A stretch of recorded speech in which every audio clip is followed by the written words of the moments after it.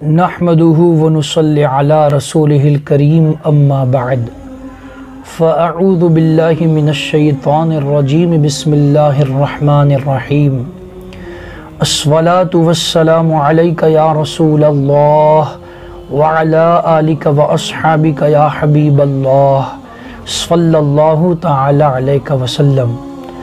आक़ाए करीम सल्लल्लाहु अलैहि वसल्लम ने इरशाद फरमाया, अद्दुआ सलाहुल मुमिन, दुआ मोमिन का हथियार है।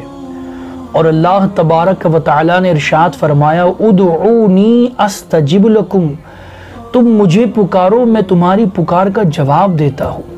अल-मुख्तसर ये दुआ के हवाले से कुरान व हदीस में बेशुमार फ़ज़ाइल व बरक़ात मौजूद है, मगर अफसोस की बात यह है कि बंदे मोमिन दुआ करने से गाफिल हो चुका है। याद रखे, दुआ तकदीरें बदल देती है। जब दुआ तकदीर बदलती है तो क्या दुआ से हालात नहीं बदलेंगे? यकीनन बदलेंगे। मगर अफसोस की बात यह है कि माह रमज़ान शरीफ में भी लोग दुआ से करीब होने को तैयार नहीं है। याद रखे, दुआ एक बेहतरीन ज़रिया है अपने रब से करीब होने का। दुआ एक बेहतरीन रास्ता है अल्लाह के दरबार में रसाई हासिल करने का। बिलखुसूस माह रमज़ान शरीफ में दुआ की बरकतें और दुआ की कबूलियत बहुत ज़्यादा बढ़ा दी जाती है। ख़ुद आक़ाए दो जहां सल्लल्लाहु ताला अलैहि वसल्लम की हदीस तैयबा का अगर हम जायज़ा लें तो हमें मिलता है कि आक़ाए करीम सल्लल्लाहु अलैहि वसल्लम ने इरशाद फरमाया कि अल्लाह तबारक व तआला माह रमज़ान शरीफ में अर्श के उठाने वाले फ़रिश्तों को हुक्म देता है। कौन से फ़रिश्तों को? अर्श के उठाने वाले फ़रिश्तों को हुक्म देता है। अच्छा, क्या हुक्म देता है ये मैं आपको बताऊँ। उससे पहले ये समझ ले कि हामिलीन अर्श, जो अर्श को उठाने वाले फ़रिश्ते हैं, उनकी कैफियत क्या है और उनकी जसामत, उनकी कद्दो कामत क्या है। आक़ाए करीम सल्लल्लाहु अलैहि वसल्लम के हवाले से हज़रत जाबिर रदी अल्लाह तआला अन्हु रिवायत करते हैं कि आक़ाए दो जहां सल्लल्लाहु अलैहि वसल्लम ने इरशाद फरमाया कि मुझे इजाज़त मिली है कि मैं हामिलीन अर्श, वो फ़रिश्ते जो अर्श को उठाने वाले हैं, उन फ़रिश्तों की मैं कैफियत को बयान करूं, इसकी मुझे इजाज़त मिली है। यहाँ पर रुक कर मैं अर्ज़ करूँ, गोया हुजूर बताना चाहते हैं कि मैं जानता तो सब कुछ हूँ, अल्लाह की अता से मैं जानता तो सब कुछ हूँ, लेकिन बताता वही हूँ जिसकी मुझे इजाज़त दी जाती है।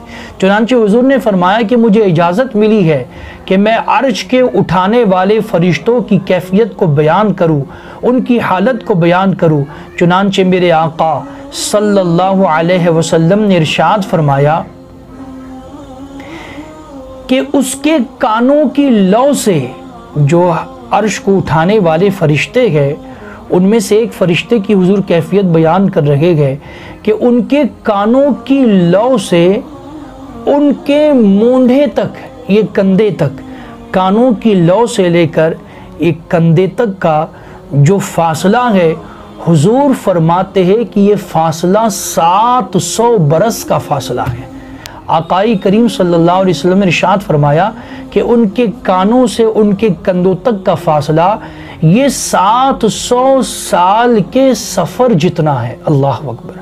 अब सोचे कि उनका ये फासला इतना है तो उनकी कद्दो कामत कितनी होगी, उनका जिस्म, उनकी अज़मतों का आलम क्या होगा।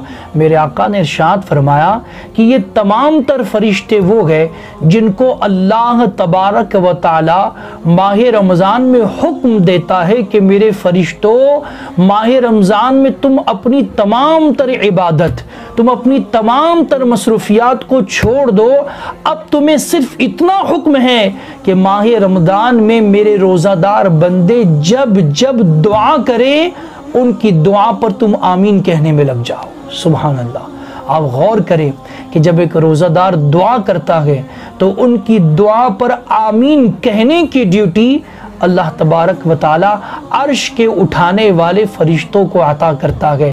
सोचे आप कि जब अर्श के उठाने वाले फरिश्ते रोज़ादार की दुआ पर आमीन कह रहे होंगे, तो बताएं मुझे उनकी दुआ क्यों करके कबूल न होंगी? यकीनन उनकी दुआ बारगाह इलाही में कबूल होगी।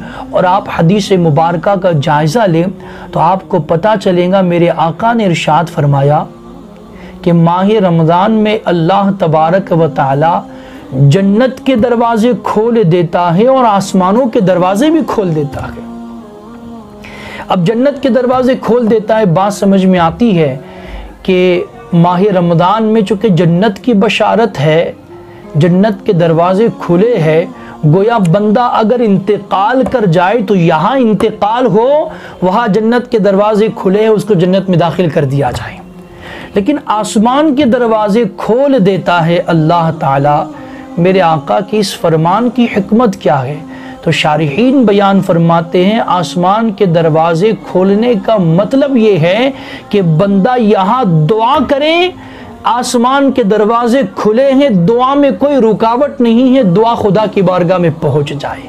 आसमान के दरवाजे खुले हैं, बंदा यहाँ सजदा करे, यहाँ नेकिया करे, कोई रुकावट नहीं है कबूलियत में। चूँकि आसमान के दरवाजे खुले हैं, यहाँ नेकिया की जाए, यहाँ इबादत की जाए, यहाँ सजदे की जाए और यहाँ दुआ की जाए। आसमान के दरवाजे खुले हैं, फ़ौरन रब के दरबार में दुआ पहुँच जाए और अल्लाह तबारक व तआला उसकी दुआ को कबूल फरमाए। लेकिन मुझे अफसोस ये है कि आज रोज़ादार दुआओं का एहतमाम नहीं कर रहे हैं। ख़ास तौर पर रोज़ादार की दुआ जिस वक्त में ज़्यादा मकबूल है वो वक्त है वक्त इफ्तार। इफ्तार से कबल बंदा जब दुआ करता है तो उसकी कैफियत ही कुछ और होती है। भूख का गलबा है, प्यास का गलबा है, सामने मुख्तलिफ खाने मौजूद है, मुख्तलिफ चीज़ें मौजूद है, पकवान मौजूद है, फल मौजूद है, फ्रूट मौजूद है, सब कुछ मौजूद है। लेकिन इसके बावजूद बंदा इंतज़ार कर रहा है अज़ान होने का, इंतज़ार कर रहा है वक्त होने का। प्यास लगी है, शरबत मौजूद है लेकिन पीता नहीं है। भूख लगी है, खाने मौजूद है, फल मौजूद है, चीज़ें मौजूद है लेकिन खाता नहीं है। किस लिए? सिर्फ अल्लाह राज़ी हो जाए। उस कैफियत में अगर बंदा दुआ करे तो अल्लाह की रहमत को जोश आता है कि मेरा बंदा भूख प्यास इख्तियार किए बैठा है सिर्फ मेरे लिए।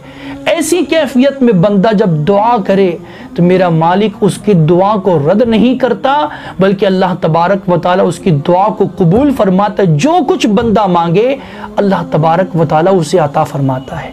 लेकिन बड़ी माजरत के साथ वक्त इफ्तार भी आज हम दुआ करने के लिए तैयार नहीं है, बल्कि हम इफ्तार के वक्त में भी वो इफ्तार की तैयारियाँ, वो फ्रूट की कटिंग, वो प्लेटों का लगाना, वो दस्तरखान का सजाना, वो मुख्तलिफ़ चीज़ों का रखना उठाना, वो शरबत की तैयारी करना, ये तमाम चीज़ों में ही दुआ का वक्त चला जाता है। अज़ान हो जाती है, यहाँ अज़ान हुई, यहाँ हमने खजूर मुंह में डाल ली, दुआ नहीं की, खुदा की बारगाह में अपने मारूज़ात पेश नहीं किए और दुआ से महरूमी हो गई।